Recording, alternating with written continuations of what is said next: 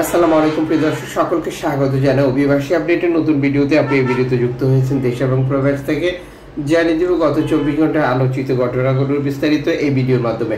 December মাসের 8 তারিখ আপনি নিজে দেখছেন, একজনকে দেখাতে ভিডিওটি শেয়ার করে দিন। চ্যানেলটি সাবস্ক্রাইব করুন, ফেসবুক পেজটি ফলো করুন আমাদের প্রতিদিন এই ভিডিও প্রতিদিন দেখার জন্য। সর্বশেষ একটি এনজিও সংস্থার প্রতিবেদন অনুযায়ী 20,000-এরও বেশি বাংলাদেশি অবস্থান করছেন লিবিয়াতে, যারা বেশিরভাগই অবৈধভাবে ইউরোপে আসার চেষ্টা করছিলেন।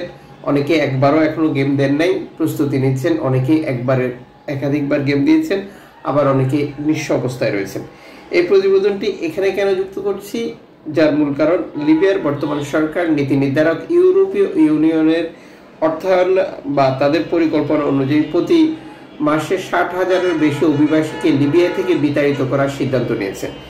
এটি যদি কার্যকর হয় বা সঠিকভাবে চলতে থাকে, তাহলে এই 20,000 বাংলাদেশিদের জন্য ভয়াবহ পরিস্থিতি অপেক্ষা করছে।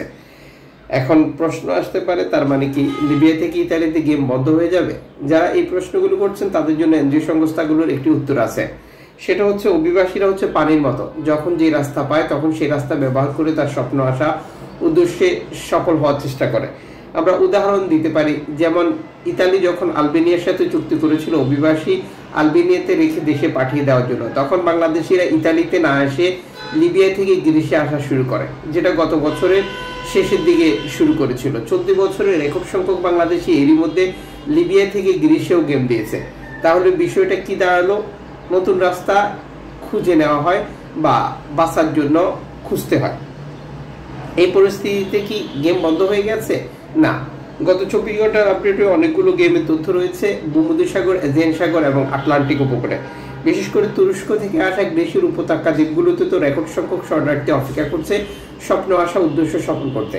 এরই মধ্যে তারা পৃথক পৃথক বার্তায় এনজিও সংস্থাগুলোর সহযোগিতা কামনা করেছে, যার মূল কারণ হচ্ছে যে তাদের কাছে থাকা পানি, মেডিসিন সহ পোশাক সহ আরো বিভিন্ন জটিলতা দেখা দিচ্ছে, যেহেতু তীব্র শীত চলছে।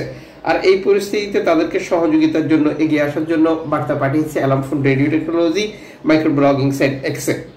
এদিকে এনজিও সংস্থা ওশান বাইকিংসের একটি বার্তা এরই মধ্যে সামাজিক যোগাযোগ মাধ্যমে ভাইরাল হয়েছে। ভূমধ্যসাগরে উদ্ধারকৃত খুবই জনপ্রিয় একটি সংস্থা ওশান বাইকিংস, তারা একটি বার্তা প্রচার করেছে। আর্থিক অসচ্ছলতার কারণে তারা ভূমধ্যসাগরে শরণার্থী উদ্ধার করার জন্য আসতে পারছেন না।